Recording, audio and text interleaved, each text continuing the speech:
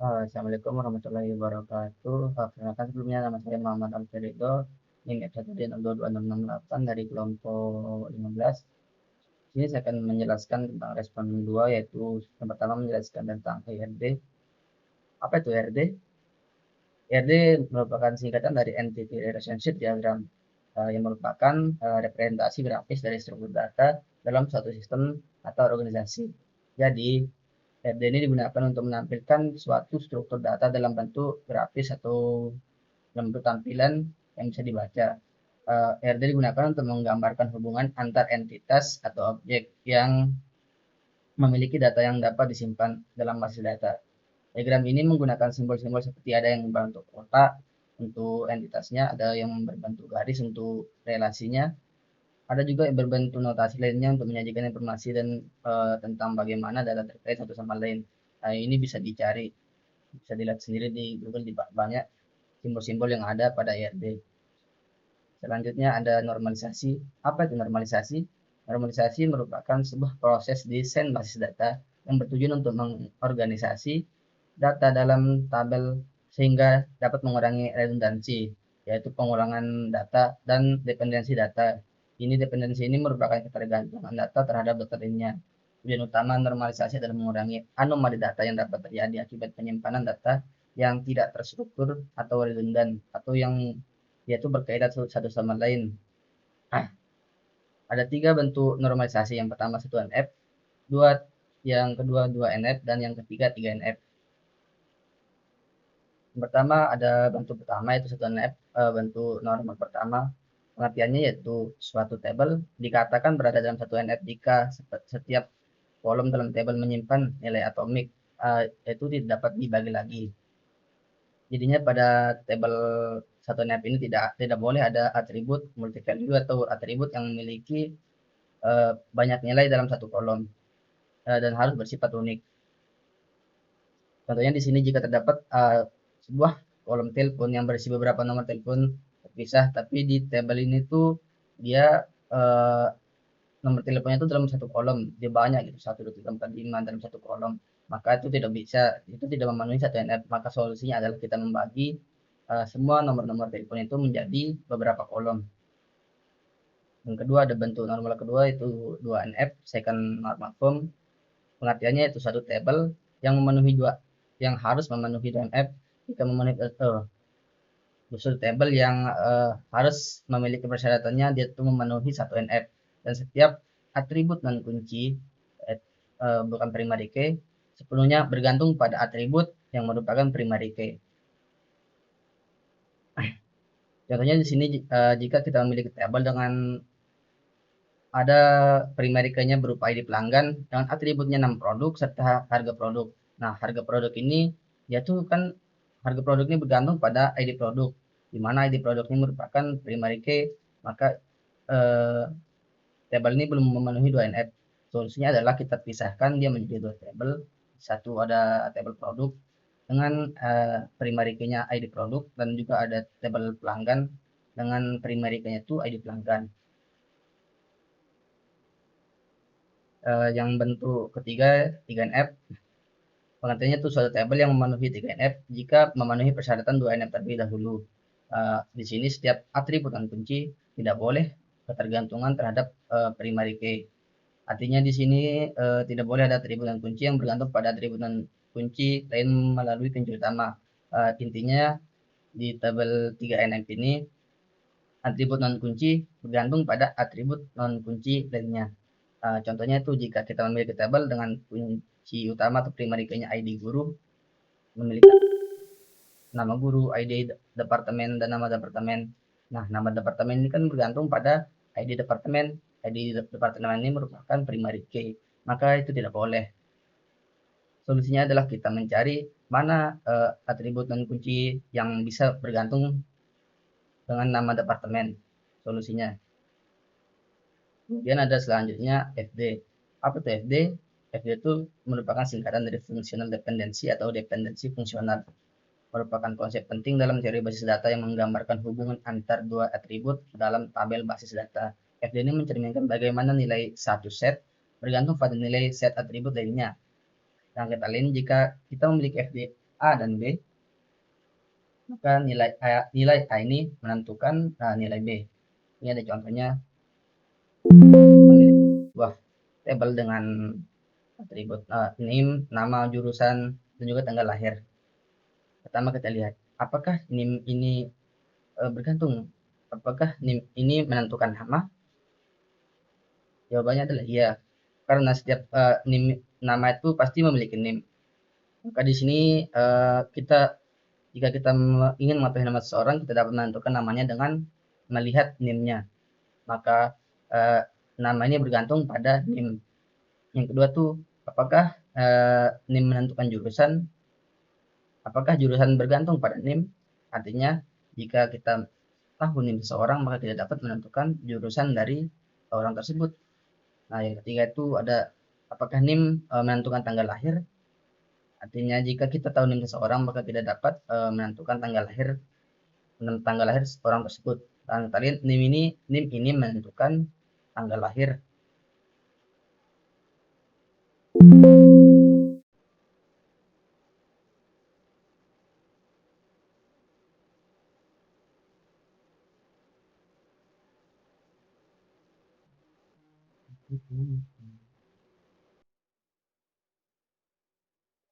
Selanjutnya saya akan menjelaskan cara untuk membaca kasus. Kasus kali ini kita ada sebuah kasus SBD e-commerce elektronik. Caranya pertama itu kita baca dari awal. Pada suatu hari hiduplah seorang bernama Punto. Punto memiliki tugas untuk menganalisis suatu basis data yang dimiliki oleh e-commerce. E-commerce tersebut menjual barang-barang elektronik. E-commerce tersebut merupakan e-commerce ternama di negara. Orang-orang dapat membuat akun di e-commerce tersebut. Akun terdapat di data ID user, alamat, nama, jenis kelamin, username, dan password. Nah, di sini kita sudah menemukan ada akun dengan atribut ID user, alamat, nama, jenis kelamin, username, dan password. Nah, akun ini akan menjadi entitas dengan atribut ID user, alamat, nama, jenis kelamin, username, dan password. Selanjutnya akun tersebut dibagi menjadi dua jenis, yaitu akun penjual dan sebagai customer. Akun penjual memiliki reputasi penjual. Nah, akun penjual ini memiliki atribut reputasi penjual. Otomatis akun penjual akan menjadi entitas dari reputasi penjual. Kemudian ada customer, memiliki skor customer. Skor customer ini menjadi atribut dan customer menjadi entitas. Entitas memiliki atribut, customer memiliki skor customer. Nah, kemudian setiap penjual memiliki satu toko, di mana pada toko di data ID toko, nama dan nama toko. Nah, di sini toko akan menjadi sebuah entitas dan memiliki atribut ID toko dan juga nama toko. Customer dapat memilih produk yang akan dibeli oleh mereka, di mana pada produk memiliki kategori produk, nama produk, dan harga. Pada produk memiliki kategori produk, nama produk, dan harga. Otomatis produk akan menjadi entitas yang memiliki atribut kategori produk, nama produk, dan juga harga. Kemudian kategori pada suatu produk seperti perangkat rumah tangga, perangkat komunitas, dan lain-lain. Toko berfungsi untuk menyimpan produk. Customer dapat melakukan pemesanan apabila customer telah selesai memilih produk, di mana pada pemesanan tersebut customer dapat melihat status pesanan mereka, total harga yang dibayarkan, ID pesanan mereka. Nah, di sini ada sebuah entitas pemesanan, di mana di pemesanan ini kita memiliki atribut status pesanan. Nah, satu pesanan, total harga, dan juga ID pesanan mereka. Jadinya cara membaca kasus itu kita baca dari awal, apakah suatu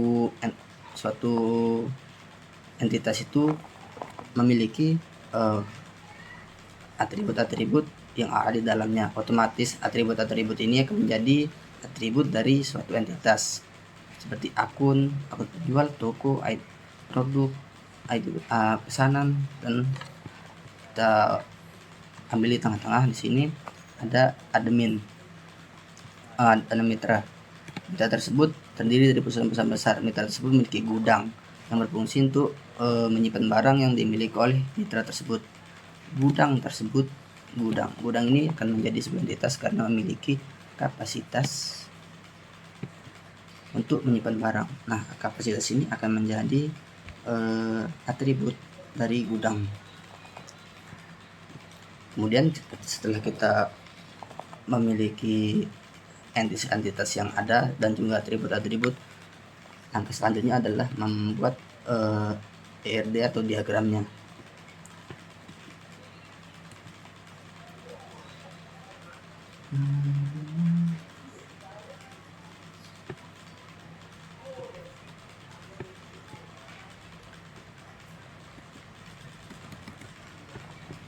Bisa kita lihat di sini. Yang tadi pertama kan ada entitas akun. Di akun ini memiliki atribut alamat, ID user, nama, jenis kelamin, username, dan juga password. Nah, akun ini memiliki relasi bernama Isa. Lihat akun ke penjual dan juga akun ke customer. Di kasus tersebut kan kita dibilang akun ini dibagi menjadi dua. Yang pertama ada akun penjual. Di penjual memiliki reputasi penjual, atributnya admin toko dan juga ID toko. Kita lihat penjual ini berelasi kemana, lihat dia memiliki relasi ke produk, jadinya penjual menjual produk. Ini bentuk apa nih? Bentuk ini merupakan disebut relasi.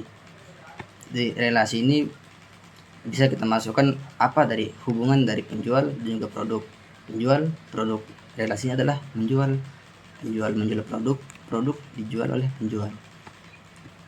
Dan relasi dari produk ini ke toko ini menyimpan produk, toko relasinya menyimpan ke entitas produk. Di produk ini memiliki beberapa atribut seperti kategori produk, harga, ID user, ID toko, nama produk, dan juga ID produk. Toko sendiri memiliki atribut ID toko dan juga nama toko. Nah, dan cara membuat RD ini, yang pertama kan kita harus mengetahui apa sih entitas yang ada pada kasus yang diberikan. Kemudian kita tentukan apa sih atribut-atribut yang dimiliki. Kemudian kemana arah relasinya, apakah penjual ke produk, apakah penjual ke toko, atau apakah penjual ke komentar. Kita lihat dulu, kita bandingkan dengan di kehidupan yang sebenarnya. Otomatis kan kita akan menemui penjual ini akan menjual produk. Tidak mungkin penjual menjual customer, tidak mungkin kan. Yang ada customer membeli atau memilih produk.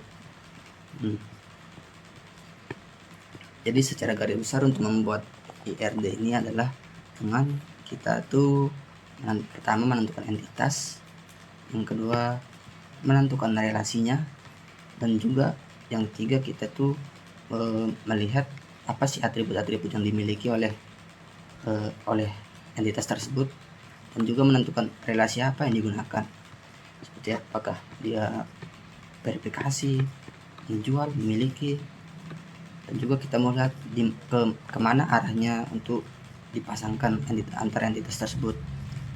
Apakah penjual ke produk, apakah produk ke kategori, atau yang lainnya. Mungkin sekian dari saya. Mohon maaf apabila ada kekurangan. Saya Muhammad Afrido, NIM Absoludin 026668, mengucapkan terima kasih. Assalamualaikum warahmatullahi wabarakatuh.